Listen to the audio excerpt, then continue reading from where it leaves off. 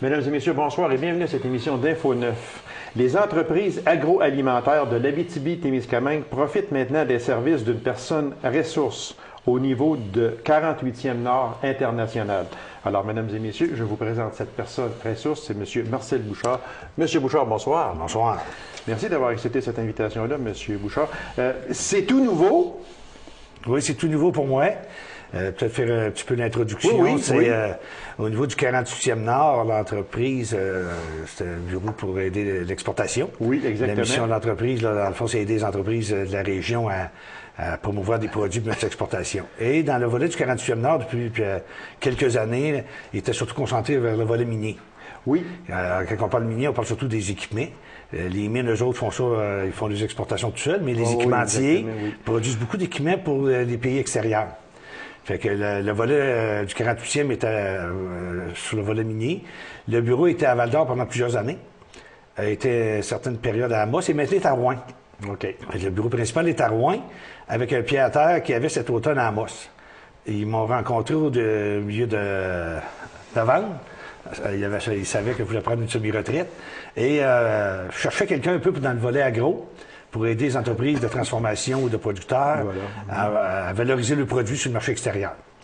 J'ai aimé le volet, c'est un peu ma spécialité. Oui, exactement, parce que vous étiez à une coopérative avant ça, donc c'était des domaines que vous touchiez aussi. Bien, c'est ça, parce que là, en étant directeur de la Côte Val-Nord, c'est les mêmes groupes de personnes.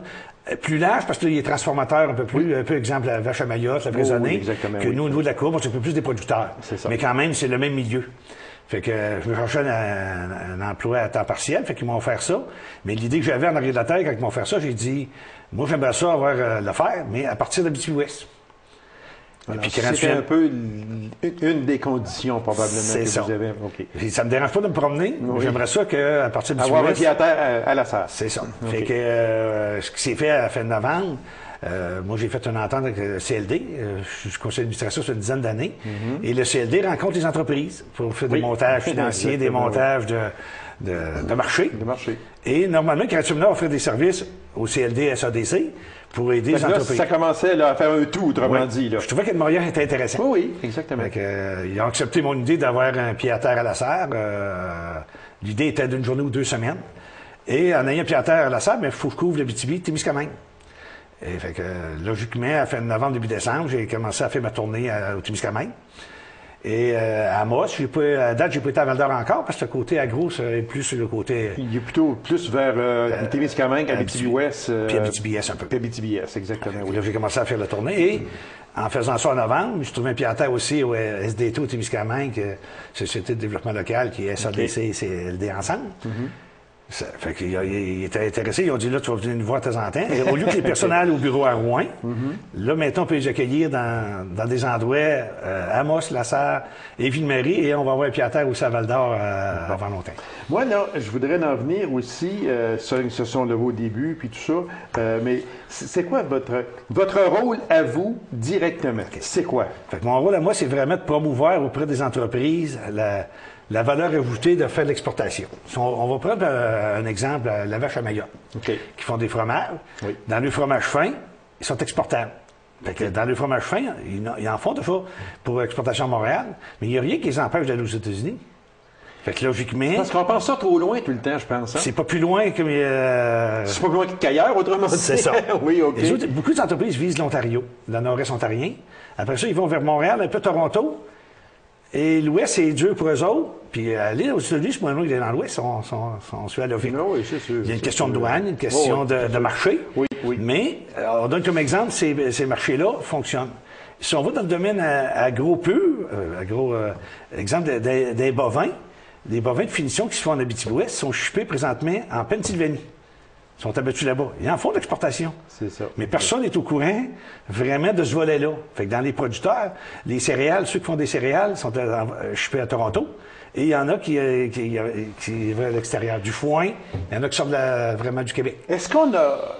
Je parle au point de vue de PME, si vous me permettez. Est-ce qu'on a peur des États-Unis? En ce sens que, comme vous l'avez si bien dit, on n'a pas peur d'exporter dans l'Ouest canadien, même jusqu'à Vancouver. Mais tout d'un coup, là, quand on parle États-Unis, Américains, douane, etc., on se dit, oh, non, ça, là, moi, je ne m'embarque pas là-dedans. Puis c'est pourtant bien moins loin dans le Maine qu'à Vancouver. Oui. La fameuse douane, même si avec les Américains, c'est assez facile, fait beaucoup de crainte. Oui, ça fait peur. Oui. Le lien là-dedans, c'est d'avoir la personne qui fait la mise en marché là-bas. C'est pas si compliqué que ça. Sauf, il y a beaucoup d'entreprises qui ont plaisir avec les produits que j'ai. Je peux pas aller avec n'importe quel produit là-bas. Je fais l'exemple de la fraisonnée qui va dans l'Ouest un peu. Je serais capable facilement d'aller aux États-Unis s'il veut. Sauf que là, en faisant ça, il faut qu'il y ait un marché cible, pas trop visé grain, un certain secteur, que ce soit à New York, par exemple, ou dans les coins.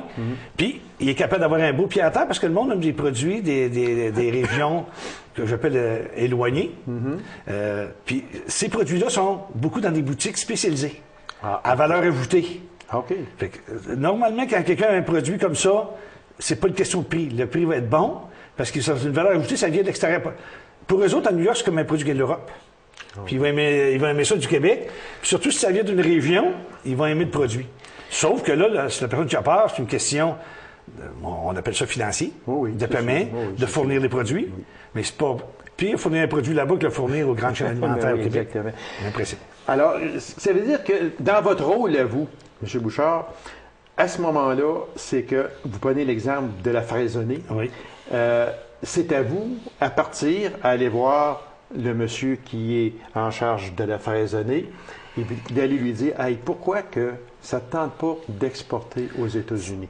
Là, c'est là que ça devient votre rôle à vous, de lui expliquer les pour et les contre. L'expliquer ou le mettre en contact. Ou le mettre en contact, OK. Nous autres, on offre le service de première ligne, qu'on peut appeler. Première ligne, après ça, c'est à lui à faire. Oui, mais on peut le mettre en contact. Exemple, au Québec, il y a 14 bureaux comme le 48e Nord. OK. De commerce international. Fait que s'il veut, mettons, on s'en est trop loin. La personne dit, je vais faire des produits, envoyer un point de, mettons un exemple, Sherbrooke. Mais on peut le mettre en contact là-bas avec le bureau, qui peut lui aider à faire un contact entre personne à personne. Ça c'est votre rôle. Oui. C'est ça, OK. Après ça, s'il veut vraiment faire du marché extérieur, puis il a besoin de formation, on va trouver des personnes qui vont lui aider. C'était une formation, pas lui nécessairement tout seul, mais avec certaines entreprises. Là, comme là, exemple, dans 2 semaines, il y a une formation à Rouen pour les entreprises agro, comment se comporter quand ils font une mission. Ils vont faire une mission exploratoire. On en parlait tantôt, on va à Toronto au mois de mai. Oui, mais les participants, il faut qu'ils existent. C'est une formation de 3 heures. Quand ils vont faire une mission, ils ne vont pas juste regarder. C'est quoi qu'il faut qu'ils apportent? C'est les questions qu'il faut qu'ils posent. Qui qu'ils rencontrent? C'est quoi les contacts? Puis, dans le fond, on va jusqu'à préparer un petit document sur les entreprises qu'ils vont emmener pour pouvoir le déposer. Ça, c'est notre ouvrage. Fait que là, l'ouvrage, nous autres, c'est une mission extérieure. Ça peut aller faire des kiosques. Quand quelqu'un va à un kiosque dans une foire, quelque part, comment faire ça? Comment bien préparer les rencontres que tu dois faire? Oui, parce que ça, c'est important, la présentation. On peut avoir de beaux et de bons produits, mais dans une foire commerciale, on regarde, puis le présentoir n'est pas extraordinaire, donc ça n'attirera pas l'œil, donc ça n'attirera pas les gens. Alors, la présentation est très importante. Et souvent, les acheteurs qui sont là, dans des foires, la personne qui arrive là, il faut qu'elle soit prête, là. Il ne faut pas qu'elle arrive là, ben je sais pas comment ça marche, je suis pas sûr, puis je suis pas sûr. Si tu vas là, c'est parce que c'est ton produit. On donne exemple les chocolats Martine au Témiscamingue. Ils ont exporté de France Suisse. Il y en a quand même beaucoup, mais prêt à l'exportation, pas tant que ça. C'est peut-être pas pareil. Puis comme vous avez dit tantôt, une des principales raisons, c'est est-ce que les gens ont peur d'en manquer? Parce que quand on s'en va, je reviens à l'exemple aux États-Unis, mettons, à New York. Que ce soit Chocolat Martine, prend un contrat avec une telle entreprise à New York. Est-ce que la crainte n'est pas, je vais-tu pouvoir fournir cette entreprise-là? Est-ce que c'est un peu la crainte? J'ai l'impression qu'ils trouvent que c'est gros. Oui, parce qu'on parle, mettons, de New York. Ouais. Puis dans le fond, c'est pas plus gros. Si tu dis tu envoies tant de caisses par semaine, s'ils fournissent de vol, les grands supermarchés, ils vont le faire. Oui. Mais les personnes, n'oublions pas que les transformateurs de la région, c'est des producteurs. À la base. C'est vrai. Fait que, en étant producteur, ils pensent fabriquer, trouver des nouveaux produits, faire un nouveau fromage, une nouvelle confiture. Oui. Le marché qui est là-bas va lui dire, si tu as des confitures spéciales, c'est des petits contenants, tout ça. Lui, il n'a pas le temps d'aller fouiller trop là-dedans. Fait qu'il n'a pas le temps d'aller passer son temps là-bas, voir ce qu'ils veulent. Ah non, c'est sûr. Lui, il produit, puis il dit, moi, j'ai une idée, là, on fait ce produit-là maintenant. Le produit va passer région en premier. Il va passer de nord-est ontarien, un petit peu plus grain. mais il n'a pas le temps de passer son temps à aller voir là-bas ce qu'ils veulent, eux autres. C'est vrai. Puis dans le fond, ils pourraient dire, eux autres, on veut telle sorte de confiture, puis si tu me ferais celui-là, on a un marché pour ça. C'est ça qui est important. C'est quand tu vas dans des foires commerciales, puis c'est les personnes qui vont arriver là voir, ils vont dire, bien, si tu aurais ça, on serait acheteur. Si tu aurais ce produit-là, on serait acheteur. Là, c'est là qu'il faut te poser des questions, c'est là qu'il faut te faire des rencontres. C'est aller prendre l'information. Puis souvent, quelqu'un va aller dans une foire de même, ils vont exposer les produits, mais sans vraiment aller chercher le besoin d'externe. Fait qu'on le voit gros dans l'agro, dans les transformateurs. Ça, là, est-ce que l'on parle... On ne parle pas exclusivement de grosses entreprises. On parle de PME, surtout. On parle de la fraisonnée, on parle de chocolat Martine, ce sont des PME. C'est ça. Oui, parce que nous autres, on peut aller couvrir jusqu'à dans l'agroalimentaire, ça va des gros supermarchés. Mais nous, on se concentre là sur les... Ce qu'on veut, gros, c'est ceux qui produisent qui font un produit dans la région, puis les produits qui est exportable, comme on peut dire, puis qui a une certaine quantité, que ce soit le verger de l'Inépawa, exemple. Oui. Il pourrait aller avec ses pommes en dehors, mais il n'y a peut-être pas le marché du centre du Québec qui le font pour eux autres. C'est sûr. Mais sauf que, on regarde la fromagerie, les exemples frappants, la chocolaterie, fromagerie et fraisonnée, sont connus. Oui. Ça déborde du Québec. Là, il reste à choisir, eux autres, ils veulent-tu vraiment augmenter leur production? Pour dire, oui, maintenant, on fait un produit spécialisé pour telle région, pour un autre, c'est faisable. Est-ce qu'on peut aller aussi loin que l'Europe? Oui, on va beaucoup là-dedans, parce que je faisais une de mes premières recherches. Il se fait du foin sec en région, qui s'en va au Québec. Et dans le coin de Santerre, il y a des tests qui se font avec fait du foin sec, je suis aux États-Unis, pour les chevaux. Okay. Mais ça, il y en a qui l'envoient en Arabie Saoudite. Ça part du Bas-Saint-Laurent. Ah, OK. Mais surtout dans l'Ouest. Mais de l'Ouest, ils font du foin sec, l'Arabie Saoudite. C'est pas plus compliqué, sauf coût de transport, comment le faire, le fait de qualité, tu manques pas ton coût. Exactement. S'il n'est pas bon ton foin, tu n'en enverras pas toi. C'est la même chose que les entreprises forestières qui font le bois. Exactement. Est-ce qu'on pourrait voir un jour, selon vous, M. Bouchard, un Made in Québec en Europe, aux États-Unis ou quelque chose du genre? Sûrement. Oui, facilement. Moi, je dirais, là, on fait des farces, mais le fromage Le Gretto là, de la fromagerie, qui est coté, gagne des prix, sera sur le marché européen très facilement. Le chocolat Martine a des débouchés en Suisse. Ça fait drôle, le chocolat de Suisse vient ici. Mais les autres aussi, ils aimeraient ça de l'avoir de l'extérieur. C'est sûr. On met l'exemple, les fromages, là, 20 ans, c'est du fromage standard au Canada. Oui. Ils appellent ça, on dit dans le temps, t'avais le blanc, t'avais le jaune, t'avais le marbré. Voilà, maintenant, surtout au Québec, plus qu'au Canada, très bon. Puis ils vont gros aux États-Unis. Puis ils retournent en Europe. Fait que là, qu'il fait ça à Québec ou il fait ici, c'est faisable. Parce que quand on regarde, justement, la vache à Mayotte, on peut la nommer, il n'y a pas de problème avec ça. Quand on regarde, moi, je vais souvent à Québec, et puis mon fils demeure en avant d'une Caséus. Oui. Et puis, on va là. Puis, à Legretto, une vache à Mayotte, on voit que les fromages sont là. Alors, pourquoi pas, s'ils sont là, à Québec, ils pourraient être ailleurs aussi. On va à Montréal, au marché Jean Talon, dans la boutique spécialisée, la fraisonnée est là. Ah oui, puis la fraisonnée est là aussi, exactement. C'est vraiment un produit de niche. Oui. Le prix n'a pas vraiment d'importance. Il y en a qui l'aiment, puis ils vont le prendre. Oui. Il ne faut pas être sur la masse, dans ce sens-là, parce que là, c'est la valeur ajoutée que tu donnes un peu en ce sens-là. Le volet forêt. Le volet forêt, c'est le niveau du mois de janvier, parce que mon volet était un volet agro, parce qu'il y avait une personne d'Amos qui couvrait le volet forêt. Et elle est partie à milieu de janvier, puis ils m'ont demandé si je pouvais couvrir aussi le volet forêt. Mais c'est un domaine qui m'intéressait, j'ai été 20 ans chez Normic. Oui. Fait que c'est mon deuxième AB, qu'on peut appeler. Et à la troisième semaine de janvier, j'ai pris le volet forêt, et c'est là qu'on a fait la couverture pour aller vers Amos encore plus, là, pour faire agro et forêt. Et je suis en même temps, en apprenant le volet forêt, il y a un communiqué qui va sortir, en principe, il est sorti le 9 mars, qui dit maintenant qu'au niveau forêt, je suis responsable de la région et en plus, je représente le bureau de promotion des produits du bois du Québec. Ah, OK. Ça, il y a une personne en région qui est déléguée par la CRE. Et c'est moi qui est la personne responsable pour la région, pour aider les entreprises de transformation. C'est tout le temps, M. Bouchard, on me fait des gros signes que c'est tout le temps que nous avions. C'était très intéressant. On va en reparler un petit peu plus tard aussi, peut-être lorsque tout sera mis en place. Là. Alors, je vous remercie infiniment. Et puis, les entreprises agroalimentaires, bien, vous êtes la personne ressource et le niveau forêt depuis janvier passé. Alors, permettez-moi de vous remercier beaucoup, puis continuer votre excellent travail qu'on peut dire, d'aide aux PME. Merci beaucoup. C'est moi qui vous remercie. Alors, une courte pause, mesdames et messieurs, et on vous revient immédiatement après. Restez avec nous.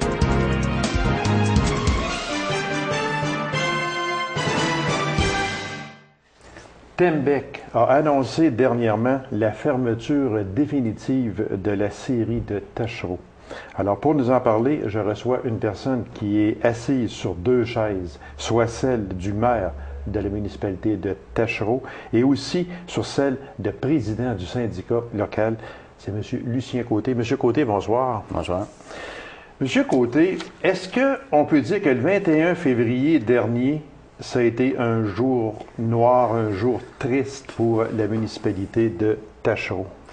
Ah, ça a été un jour doublement triste. Comme j'avais dit, j'occupe deux sièges au point de vue municipal, au point de vue des travailleurs, mais oui, ça a été très triste. Puis c'était un choc pour nous à tous les points de vue. Est-ce que, autant au point de vue de la municipalité que des travailleurs du syndicat local, parce que vous êtes président du syndicat qui était à la tête de l'usine de Taschereau, est-ce que vous avez vu venir ça? Parce que quand ça fait quand même depuis octobre 2009 que cette scierie-là était fermée, ça fait 1 an et demi, disons, au-dessus, est-ce qu'il commençait à avoir de sérieux doutes? Excusez, oui, c'est sûr qu'après un certain temps comme ça, là, on commençait à se poser de sérieuses questions quant à l'avenir de notre usine, là, parce que Michel Bastien nous avait rencontré à l'automne passé, il avait rencontré les travailleurs, puis il nous avait dit qu'en 2011, il n'y avait pas de réouverture, mais il n'y avait pas de décision de prix. Puis là, à force d'attendre, à un moment donné, la ministre, après un certain temps dans la loi, 2 mois, il faut qu'elle prenne une décision, mais on espérait jusqu'en dernier qu'il n'y ait pas de fermeture, que le marché reprenne, mais c'est la façon que cette fermeture-là s'est faite qu'on trouve très déplorable d'avoir... excusez le mot, niaiser les travailleurs, niaiser la municipalité, puis attendre si longtemps pour annoncer ça, quand je présume que la décision a été prise en octobre 2009 ou peut-être même avant. C'est donc dire que lorsque l'usine a fermé pour un temps indéterminé en octobre 2009, dans la tête des dirigeants de Tembec, c'était une fermeture probablement définitive, sauf qu'on ne le disait pas. D'après moi, leur plan de match était fait, puis ils ne l'ont pas dit. Mais qu'est-ce qu'il vous disait? Qu'est-ce que Tembec vous disait? En particulier, M. Michel Bastien, qui, lui, est un des hauts dirigeants. Il est vice-président pour les Forestiers Québec. OK. Bon. Qu'est-ce que ces personnes-là, et en particulier M. Bastien, vous disait, parce que vous avez sûrement communiqué à nombre de reprises avec Tembec pour leur demander, mais le dossier est rendu où, qu'est-ce que vous faites? On vous disait quoi? J'ai communiqué à plusieurs reprises avec. Je l'avais même rencontré au mois de mars, avril 2010. J'étais déjeuner avec, puis je voulais savoir jusqu'où on s'en allait, avant qu'il annonce que le monde pouvait prendre leur prime, etc. Puis on était toujours dans l'incertitude. On ne sait pas, on attend le marché, il a regardé ce que le marché était pour en devenir marché des copeaux aussi, qui disait qu'il y avait trop de copeaux. C'est dans ce sens-là, ces conversations qui avaient lieu, mais qui ont eu lieu, mais Mais jamais un indice qui aurait pu vous dire, mais là, peut-être que vous devriez commencer à faire une croix sur Scierie Taschereau, mais il n'y avait pas d'indice qui vous disait, sauf le temps, parce que le temps, ça faisait quand même 1 an et demi, là, ou environ. Ouais, mais à part du facteur temps, est-ce qu'il y avait d'autres Non, indices? ils n'ont jamais été clairs là-dedans. Ils nous ont toujours laissé dans l'incertitude, mais quand on voit une usine fermée longtemps de même, on va pouvoir encore espérer, mais... Nous autres, on a fait toutes les démarches possibles et imaginables avec la ministre pour pas qu'elle transfère notre volume d'approvisionnement, mais là, ils nous ont, comme vous l'avez dit tantôt, ils nous ont annoncé ça dernièrement, que c'était définitif. On a quand même resté surpris parce que là, ils ont remis le volume d'attribution, le volume de notre CAF à la ministre. C'est plus Tembec qui l'a entre ses mains, c'est oui, on va en venir la à ministre. Ça, là, un petit peu, parce que le CAF, c'est quand même... C'est toujours ça qu'une usine vise à garder. C'est ça. Et fait qu'on va en parler un petit peu plus tard, M. Côté. Ça, c'est une perte d'emploi de combien de personnes? En 2005, on était près de 150 travailleurs qui travaillaient à cette usine-là quand le planeur fonctionnait et tout. Là, on était près de 150 travailleurs. On pourrait dire que là, En dernier, on était 80, aux alentours de 90, là, disons. Là. Mais c'est 90 emplois bien payés. Ben oui, là, c'est puis il y avait 50 qui demeuraient encore dans notre municipalité. Puis il y avait eu la fermeture de l'ONE un peu avant. Là, il y avait 48 à peu près. Il y avait un bon pourcentage qui demeurait dans notre municipalité. On est touché de plein fouet, coup sur coup. C'est ça qui est triste. L'ONE ferme. Tachereau vient de fermer définitivement. Il y a eu Temlam, il y a eu Jointé, il y avait quelques-uns des citoyens de la municipalité qui travaillaient dans ces usines-là aussi. Là. Fait que c'est donc dire que ça représente, grosso modo, mettons, une centaine de travailleurs qui, aujourd'hui, n'ont plus d'emploi. Et on peut dire que 50 de ces travailleurs-là habitaient ou habitent encore à Tachereau. Oui, ils habitent encore. Il y en a quelques-uns, il y en a qui ont trouvé de l'emploi ailleurs, naturellement. Il y a des emplois saisonniers, des emplois précaires. Les gars de métier, bien, ils ont trouvé de l'emploi. Il y en a quelques-uns qui sont localisés à la série de la Sarre, là. Mais il y en a qui, malheureusement, ont pris leur prime de séparation parce qu'il n'y avait plus de chômage.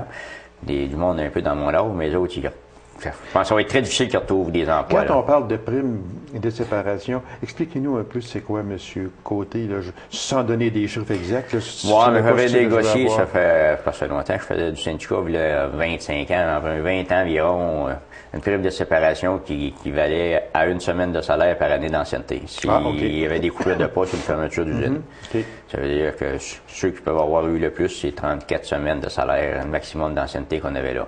OK. C'est cette prime-là dont vous parlez actuellement. Ceux qui leur assurance emploi était terminée, il n'y avait pas d'ouvrage, mais malheureusement, ils ont pris leur prime. Mais là, si Tembec avait annoncé ses couleurs plus vite, il aurait puis réintégré du monde à la SAR comme ils veulent le faire là, mais là, il en reste plus gros. Là. Mais s'il aurait dû au commencement, les plus vieux, là, qui sont plus susceptibles de ne pas trouver d'ouvrage, ils auraient pu se replacer là, mais ils l'ont pas fait tout de suite. C'est ça que je déplore. C'est ça le manque de transparence de cette compagnie-là, qu'ils l'ont pas fait immédiatement. Est-ce que vous trouvez que Tembec a joué franc jeu dans ce dossier-là?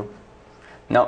J'ai eu justement une rencontre avec notre permanent, M. Gilles Chapado, avec la CRI cette semaine, puis la situation qu'on a vécue, ça s'est pas vu au Québec dans les usines de cierge. Il y a eu beaucoup d'usines de cierge de fermées au Québec à cause de la crise. Énormément. Il y en a eu énormément, mais laissé comme d'autres dans l'incertitude, puis etc. Là, je me suis laissé dire que ça s'était pas vu.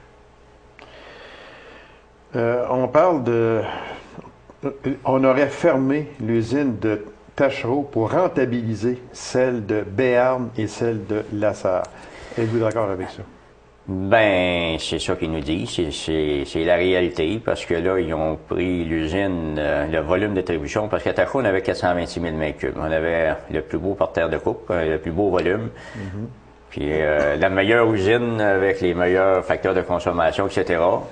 Mais on est d'un petit village, puis d'un petit village, ben, on dirait que la tendance, les commentaires est passé, on dirait que la tendance, c'est facile fermer une usine plus facile de fermer une usine d'un petit village que d'une ville. C'est sûr que les autres usines avec ces volumes-là, ils vont pouvoir survivre. Là, c'est ça que Tembec dit. Mais par contre, c'est nous autres qui est con. On va parler du CAF. Le CAF qui est habituellement rattaché à l'usine même. Après un certain nombre de mois, ce CAF-là est remis à la ministre, mais au ministère, c'est ça? Oui, c'est la ministre qui en prend possession. Qui en prend possession. Et après ça, le ministre peut diriger le CAF à l'endroit qu'il veut. Est-ce que c'est ça ou bien non quoi? Ben, c'est la réalité. Quand Tembec a annoncé sa fermeture définitive, donc notre CAF qu'on avait, c'est elle qui en prend possession, puis elle peut faire ce qu'elle veut avec. C'est sûr qu'il va y avoir beaucoup de lobbying, à peu près tout le monde. Quand il y en a un, vous savez, quand il y en a un qui se meurt, les loups sont autour. Tout le monde en veut, hein. Tout le monde en veut, c'est sûr que Tembec a sûrement fait des approches avant. Ils ont eu des rencontres avec la ministre. Là. Comme nous autres, on a argumenté pour pas qu'elle transfère notre volume. On avait demandé à Tembec de mettre en vente cette usine-là, parce que c'était une bonne usine avec un bon apprentissage. Elle était rentable. Oh oui, on était bien. Le marché était très difficile, mais on était une des meilleures dans la région, puis une des bonnes usines. Mais s'il l'aurait mis en vente, il y aurait sûrement eu un acquéreur. Et comme il a acheté Domtar, donc il aurait pu être intéressé. C'est un exemple que je donne, là. Mais il ne voulait pas la vendre, tout simplement parce qu'ils ont voulu garder l'approvisionnement pour sauver leurs deux autres usines à région. Alors, c'est la principale raison. On ne vend pas. On pourrait la vendre. On ne vend pas parce qu'on veut garder l'approvisionnement pour sauver Béarn et sauver la Sarre, ou à rentabiliser Béarn et rentabiliser la Sarre. C'est un peu ça, au détriment de l'usine de Tachereau. En plein ça. Les travailleurs, on en a parlé un peu, j'aimerais revenir sur ça, M. Côté, si vous me permettez. On fait quoi avec ces travailleurs-là? Est-ce qu'il y a eu ou il y aura des mutations, des mises à la retraite? Ça fait 1 an et demi au-dessus, donc le chômage pour ces personnes-là, il n'y en a plus. Vous avez parlé des primes tantôt, Ouais. Mais dans l'ensemble de tout ça, est-ce que, si on parle de, on va dire un chiffre approximatif, 100 travailleurs là-bas, environ 50, est-ce qu'on peut dire que 50% de ces travailleurs-là seront mutés à Béarn ou à la Sarre, ou bien non, si Non, on les laisse ben, tout simplement là? À la Béarn, il n'y a aucun travailleur. Il n'y a aucun travailleur, parce que Béarn, c'est quand même au-dessus de 100 000 ici, je ne Ah me trompe oui, pas, oui, 125 oui, 000. oui, Non, c'est loin, oui, c'est sûr. D'après moi, il n'y a aucun travailleur à Béarn. Il y en a présentement 7, je pense, 7 ou 8 qui sont à la Sarre. Puis aux dernières nouvelles, j'attends une réponse d'employeur, à vérifier dans ceux qui restaient sur la liste, là, il y en a peut-être un autre 7-8 qui semblaient intéressés d'y aller, mais je n'ai pas encore de confirmation pour les chiffres justes, là. Mais ceux qui ont pris leur prime, puis qui n'ont plus d'ouvrage, ils ne peuvent pas y aller, là, parce que là, c'est plus possible, là. Alors, quand on touchait à la prime, à partir de là, Tu quittes le lien d'emploi avec Tembec, tu n'as plus aucun droit à Tembec, il n'y a plus aucune responsabilité c'est une envers lame là. à deux tranchants, ça, cette chose-là? Oui, c'est ça. Un coup, tu prends ta prime, mais ceux qui ont pris leur prime présentement, là, qui n'ont plus d'emploi, ils ne peuvent pas transférer à la SAR. Ils peuvent pas C'est ça qui est transférer. malheureux, là. Oh boy! C'est ça, ça aurait été fait au commencement, ben, ça aurait donné l'opportunité à vraiment du monde qui était borderline. Fait autrement dit, Tembec vous a laissé crever. Je m'excuse de dire ça de même, mais je pense que c'est à vrai les mots qu'on peut employer. Je me trompe peut-être, là, j'ai beau regarder le dossier, mais d'après ce que vous me dites, on a étiré le plus possible. On a mis de l'eau dans la soupe pour que tout le monde en mange, mais seulement qu'il reste un fait que là, c'est rendu trop tard. Vous utilisez des mots polis pour dire la vérité. Merci, M. Côté. Non, c'est parce que je trouve ça très malheureux.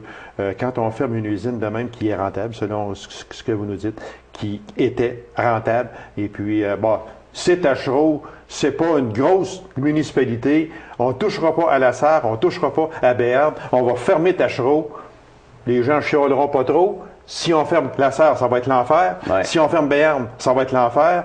Là, le député du coin là-bas va s'en mêler, etc. Est-ce que M. Gendron, qui est député d'Abitibi-Ouest, s'est mêlé du dossier? Nous autres, on a travaillé, oui, il s'en est sûrement mêlé. On a travaillé avec notre député, mais en tout cas, il s'en est mêlé un peu naturellement, là, mais... Pas à votre satisfaction, non, autrement disons pas à notre satisfaction, parce que nous autres, on voulait pas que le volume soit transféré. La dernière fois que j'y ai parlé, mais il m'a dit que ça faisait quelques mois comme s'il négociait notre fermeture pour avoir des Tembec qui nous a rencontrés hier, pour savoir c'est quoi qu'il nous offrirait pour amoindrir les maux, là, mais... Résumer le projet, tant qu'il n'est pas fait, s'il est bon, là, c'est tant mieux. Puis il y a une petite histoire, nous autres aussi, que je voulais vous dire. Parce qu'il reste une minute, M. Côté. OK. Oui. Nous autres, cette usine-là, quand on l'avait vendue, c'était 2 anciennes coopératives. On avait vendu ça à Tembec, on avait un contrat qui disait avec eux autres, Tembec s'engageait à transformer le bois de sciage à Tachereau. Mais on l'a envoyé à la ministre, mais ça a l'air que ce contrat-là a plus force de loi, c'est plus bon. Il n'y a plus de valeur. En tout cas, c'est ça qu'ils nous disent, mais c'est de valeur. Ils n'ont pas respecté leur engagement. Une dernière question, très vitement. Qu'est-ce que ça va devenir, cette usine-là? Elle va être débâtie, elle va être quoi? Ben, disons qu'on a eu une rencontre avec Tembec hier, puis là, ils nous font des offres, là. Quand ils avaient fait la présentation à la MRC, là, il offrait peut-être un promoteur d'en prendre possession pour une valeur symbolique, ou il disait qu'il l'offrirait à la municipalité, mais il démantèlerait tout ce qu'il y avait de machinerie pour le sillage en dedans, là. Ils sont prêts à la offrir... municipalité, est-ce que ça intéresse la municipalité? Est-ce qu'en fin de compte, ça va être rien qu'une bâtisse? Il n'y aura plus rien dedans à ce moment-là. Disons qu'on est en train de réfléchir à tout ça. Vous êtes en train de réfléchir. Monsieur Côté, merci infiniment. Et puis, on vous souhaite, vous et à la municipalité de Tachereau, toute la chance possible. Puis, un coup dur, un coup solide. Mais je sais que les gens de l'Abitibi-Ouest en particulier et de toute l'Abitibi-Témiscamingue sont des gens qui aiment se serrer les coudes puis se sortir d'impasse. Et on vous le souhaite également, monsieur. On va travailler dans ce sens-là. Exactement, parce que ce sont des retombées économiques de moins à la municipalité également, dont vous êtes le maire. Bon, merci beaucoup. C'est moi qui vous remercie, M. Côté. Alors, mesdames et messieurs, merci d'avoir été là. On se donne rendez-vous à une prochaine émission de Info 9. Au revoir.